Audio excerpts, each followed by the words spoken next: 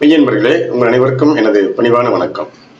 நீங்கள் பார்த்து கொண்டிருக்கும் இந்த ஆகாச அருளமுதம் என்கின்ற காணொலி முழுக்க முழுக்க இறையின்பம் மெய்யின்பம் என்று சொல்லக்கூடிய மெய்த்தன்மையை நோக்கி சென்று கொண்டிருக்கும் இறை வழிப்பாதை. இது ஒரு வழிப்பாதை. இங்கு கற்பனை, பொழுதுபோக்கு, உணர்ச்சிகளை தூண்டக்கூடியது, உண்மைக்கு புறம்பானது எதுவும் இடம்பெறாது. நண்பர்களே, நிகழ்ச்சிக்கு செல்லும் முன் ஒரு சிறிய வேண்டுகோள். இதுவரை சப்ஸ்கிரைப் செய்யவில்லை என்றால் சப்ஸ்கிரைப் செய்யும்படி உங்களை தாழ்மையோடு கேட்டுக்கொண்டு வாருங்கள் நிகழ்ச்சிக்கு செல்வோம். இந்த நிகழ்ச்சியில் நாம் காண இருப்பது நாகதோஷம் என்றால் என்ன? இதை பற்றித்தான் இங்கே நாம் ஒரு கலந்துரையாட இருக்கிறோம். இந்த நாகதோஷம் என்பது என்ன என்பதை பற்றி நாம் இப்போது சுருக்கமாக ஒரு 10 நிமிடத்திற்குள்ளாக இங்கே காண்போம். இப்போ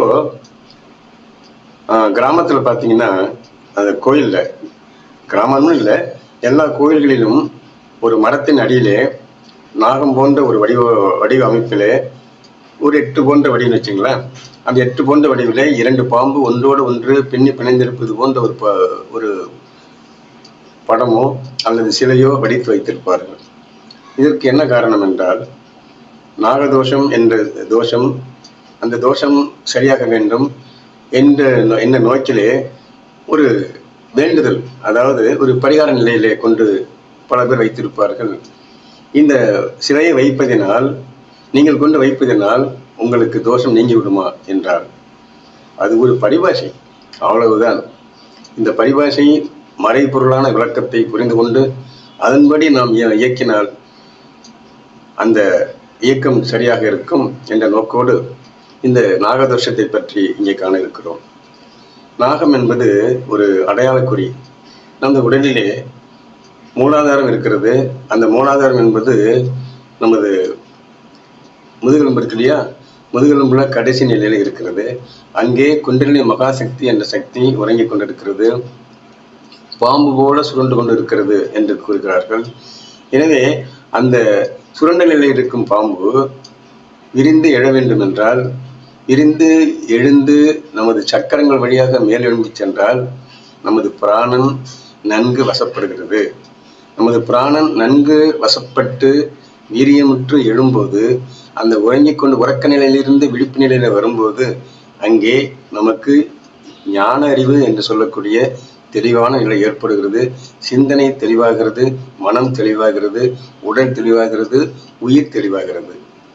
இதை அடிப்படையாக கொண்டுதான் அந்த நாகதோஷம் என்கின்ற நிலையிலே அந்த குண்டலினி தோஷத்தை தோஷமாக உள்ளே இருக்கிறது. அந்த தோஷத்தை நீக்கி மெய்யுணர்வு என்கின்ற அறிவு நிலை, ஞான நிலை பெற வேண்டும். அந்த அறிவு நிலை, ஞான நிலை பெற வேண்டும் என்ற நோக்கத்திற்காக உருவாக்கப்பட்டதுதான் இந்த பாம்பு போன்ற ஒரு படத்தை மரத்து அடியிலே வைத்து அங்கே வழிபடை செய்தார்கள், வணங்கி சொன்னார்கள். இதை புரிந்து கொண்ட பலர் ஞான மார்க்கம் சென்று, பக்தி மார்க்கம் தேவைதான், அந்த பக்தி மார்க்கத்தின் வழியாக ஞான மார்க்கம் சென்று, அந்த ஞான மார்க்கத்திலே அந்த குண்டலினி மகாசக்தியின் நிலையை உணர்ந்து, அந்த உணர்ந்த நிலையிலே நிறைய விளக்கம் பெற்றார்கள். அந்த விளக்க நிலை பெறும்போது அங்கே இறையாற்றல் அங்கே குவிகிறது. ஏனென்றால் மனம் அமைதியாக இருக்கும்போது இறைவன் நம் மீது வருகிறான். ஏனென்றால் இறைவன் அமைதியானவன், ஆனந்தமானவன். நாமும் அந்த மனநிலையை அமைதியான நிலையிலே கொண்டு செல்லும் போது அங்கே அந்த இறைநிலையும் மனநிலையும் ஒத்து போகும்போது, ஏன்னா மனமே இறைவன் தான். இறைவனை நினைக்க வேண்டும் என்றால் கூட மனம்தான் தேவை. எனவே மனம் என்பது ஒரு மிகுந்த ஆற்றல் மிக்க ஒரு நிலை. இறைவனின் ஒரு பகுதியே மனம். எனவே இந்த மனத்தை கொண்டுதான் அந்த இறைவனை அறிய முடியும். எனவே மனம் சீராக வேண்டும் என்றால் இந்த நாகதோஷம் என்று சொல்லக்கூடிய தோஷத்தை நிவர்த்தி செய்ய வேண்டும். அந்த நாகதோஷம் என்று சொல்லக்கூடிய குண்டலினி மகாசக்தி மேலெழும்பும் போது நமக்கு உணர்வுகள் மட்டுமல்ல, நோயற்ற தன்மையும் நமக்கு வருகிறது. இந்த கொரோனா காலத்தில் பார்த்தீங்கன்னா ஏகப்பட்ட பேர் இறந்து போயிட்டாங்க. இதற்கு முக்கிய காரணம் இந்த சுவாச நிலை தான் காரணம். சுவாச ஒழுங்கு அற்ற நிலையிலே, சுவாச குறைபாடுனாலே நுரையீரல் சுவாசத்தை நல்ல காற்றை உள்ளே வைத்து அந்த காற்றின் மூலம் எரிக்கப்பட்டு, அதாவது எனர்ஜி என்று சொல்லக்கூடிய நிலை உருவாக்கப்பட்டு அந்த எனர்ஜி நிலை தான் நமக்கு காந்த ஆற்றலாக மாறுகிறது. இது வந்து ஒரு பெரிய சப்ஜெக்ட். இன்னும் சுருக்கமாக நம்ம சொல்றோம். அந்த காந்த ஆற்றல் நமக்கு கிடைக்கணும்னா சுவாசம் முறையாக இருக்க வேண்டும். இந்த சுவாச நிலை தான் பிராணாயாமம் என்று சொல்லக்கூடிய நிலை வந்தது. நல்ல காற்றை சுவாசியுங்கள் என்று சொல்லி கூட அந்த வீட்டை கூட காற்றோட்டமாக அப்பொழுது அமைத்தார்கள். என்ன, எனவே அந்த காற்றோட்டம் எங்க இருக்கிறதோ, நல்ல காற்று, வீட்டை சுற்றி மரம், அந்த மரம் என்ன செய்கிறது, கார்பன் டை ஆக்சைடை, நாம் வெளிவிடும் கார்பன் டை ஆக்சைடை உள்வாங்கிக் கொண்டு அது அதற்கு உணவு, அது நமக்கு ஆக்சிஜனை தருகிறது. அந்த ஆக்சிஜனிலே நிறைய பிராணன் இருக்கிறது. அந்த பிராண சக்தி மூலம்தான் நம் உடல் உயிர் இயங்கிக் கொண்டிருக்கிறது. இந்த உயிர் நன்றாக இயங்க வேண்டும் என்றால், அந்த உயிரை காக்க வேண்டும் என்றால், உயிர்த்தன்மை நன்றாக நிலைக்க வேண்டும், நோயற்ற தன்மையிலே இந்த உடல் வாழ வேண்டும் என்றால் நமக்கு காற்று என்பது மிக மிக முக்கியமானது. இந்த காற்று இல்லை என்றால், வாயு இல்லை என்றால் நமது உடல் வீணாகிவிடும். சரியா? நாம் இறக்கிறோம் என்றால் அதுக்கு என்ன பொருள்? நம்மை விட்டு இந்த காற்று வெளியேறி விடுகிறது என்றுதான் பொருள். எனவே காற்று வெளியேறும் போது நமது உடல் வீணாகி அழுகி விடுகிறது. எனவே இந்த அழுகாத்தன்மை உள்ள நிலை வேண்டுமென்றால் நமக்கு காற்று என்பது மிக மிக முக்கியம். காற்றை உணர்ந்து, அந்த காற்றின் தன்மையை, அந்த காற்றின் மேன்மையை உணர்ந்து நாம் செயல்பட வேண்டும். நல்ல காற்றை சுவாசிக்க வேண்டும். நல்ல காற்றோட்டமான இடத்திலே இருக்க வேண்டும். சரி, இந்த நாகதோஷத்தை எப்படி நீக்குவது? இந்த நாகதோஷத்தை நீக்க வேண்டும் என்று பல பரிகாரங்களை நமக்கு சிலர் சொல்லுகிறார்கள். அதனால் நீக்க முடியுமா என்றால் முடியாது. நன்றாக ஞாபகம் வைத்துக் கொள்ளும் நண்பர்களே. இந்த தோஷம் என்று பரிகாரம் செய்வதனால் என்ன பயன் என்பதை உங்களுடைய ஞான அறிவிக்க விட்டுவிடுகிறேன். சற்று அமருங்கள், அமர்ந்து யோசித்து பாருங்கள். அந்த பரிகாரம் செய்வதனால் என்ன நடக்கப் போகிறது என்பது அது ஒரு மறைபொருளாக வைக்கப்பட்ட ஒரு நிலை.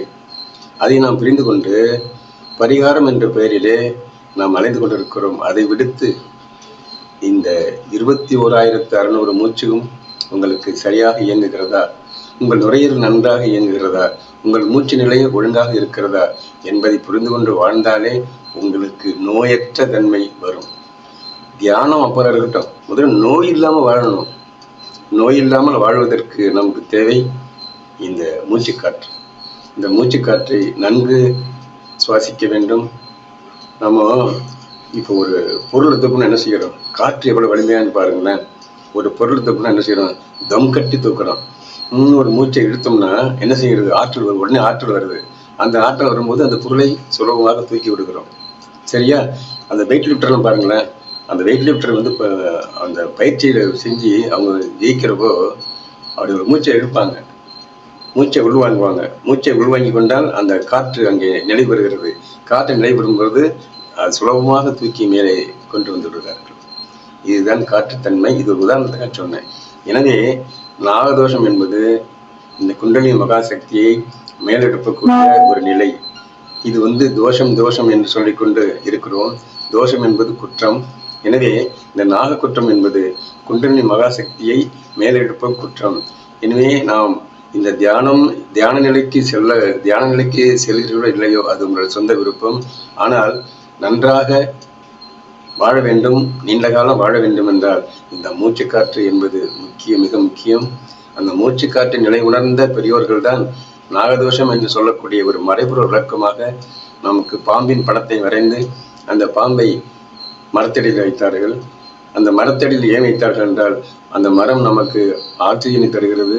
அந்த ஆக்சிஜனை சுவாசிக்க வேண்டும். சுவாசிக்கும் போது இந்த நாகதோஷம் என்று சொல்லக்கூடிய மூச்சு தோஷம், இந்த மூச்சு தோஷம் நமக்கு நீங்கும். மூச்சு தோஷம் நீங்கும் போது நமது உடல் வலுப்பெறும். உடல் வலுப்பெறும் போது நம் எண்ணங்கள் தூய்மையாகும்.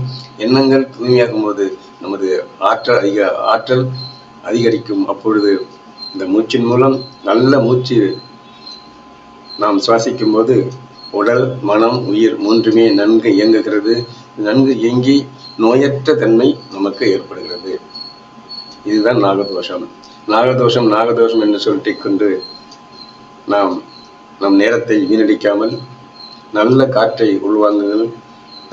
நல்ல சுவாசத்தை மேம்படுத்துங்கள். இதற்கான பயிற்சி நிறைய இருக்கிறது. அந்த பயிற்சிகளை மேற்கொள்ளும் போது நமக்கு நாகதோஷம் என்று சொல்லக்கூடிய இந்த பிராணசக்தி இந்த பிராணசக்தி, அதாவது நாகம் என்று சொல்லக்கூடிய இந்த குண்டலினியில் சுமந்தப்பட்டது இருந்தாலும் அது மூச்சு சம்பந்தப்பட்டது. எனவே மூச்சு நிலை நமக்கு சீராக சிறப்பாக ஓடும்போது அங்கே நமக்கு வாழ்வு சிறக்கிறது. எப்படி ஆமை இருக்கு இல்லையா, அந்த ஆமை நீண்ட நாள் உயிரோடுவதற்கு காரணம் தன்னுடைய மூச்சை சீர்படுத்திக் கொள்கிறது. அந்த மூச்சை சீர்படுத்திக் கொள்ளும்போது ஆமை 1000 வருடம் கூட வாழ்கிறது. நம்மால் 120 வருடம் கூட வாழ இயலவில்லை. ஏனென்றால் நமது மூச்சை பல வழிகளிலே வீணடிக்கிறோம். அந்த வீணடிக்காமல் இருந்து சேமிப்பு நிலை இருந்தாலே போதும். அந்த சேமிப்பு நிலை இருந்தாலே இந்த தோஷம் நமக்கு அகன்றுவிடும். எனவே தோஷம் என்று சொல்லிக் கொண்டு இருக்காமல் இந்த மூச்சு காற்றினை முறையாக எப்படி பயன்படுத்துவது என்ற நிலை உணர்ந்து அதன்படி பயன்படுத்தி நீண்ட காலம் வாழ்வோம் என்று கூறி, இதுதான் நாகதோஷம். இந்த மூச்சு தோஷம்தான் நமக்கு நாகதோஷம்.